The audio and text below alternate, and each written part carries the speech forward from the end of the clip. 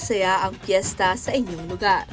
Sa Barangay Pampang, Angeles City, tuwang-tuwa man ay walang umuwing malinis ang mukha sa ginanap na Ulingan Festival 2025 nitong Huwebes, January 16. Ang mga dumalo kasi rito, punong-puno at may mga pahid ng uling ang mga mukha.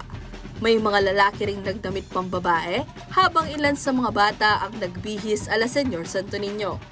At ang iba pang residente ay nakiindak sa street dancers habang bitbit ang imahe ng patron na siyang binibigyang pugay sa selebrasyon. Ito po yung nagpapasalamat po tayo taon-taon dahil po yung barangay po natin, isa na sa mga progresong barangay. At the same time po, yung pananampalataya po natin sa Mahal na Santo Niño, yun po yung ninalalim po natin, dinagdagan po natin ng pagmamahal at saka pagkakaisa sa aming barangay. Bukod sa kasiyahan ng piyesta, ang ilan ay nakilahok dahil sa kani-kanilang mga panata at panalangin sa Senyor Santo Niño.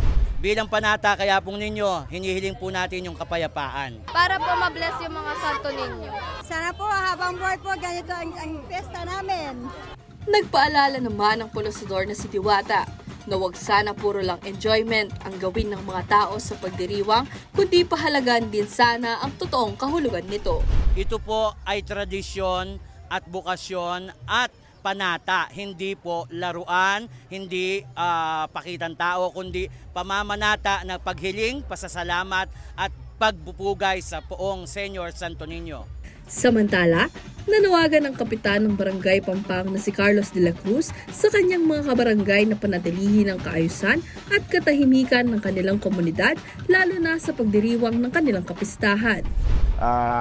Yung pagmamahalan po at saka yung bawat isa po sana magkakaintindihan, wala nang anuman pong problemang mangyayari sa aming barangay. Hinikayat naman ni De La Cruz ang ibang mga kabalen na makisaya sa kanilang taunang selebrasyon upang palakasin ang pananampalataya sa Panginoon. Ashley Punzalan, CLTV 36 News.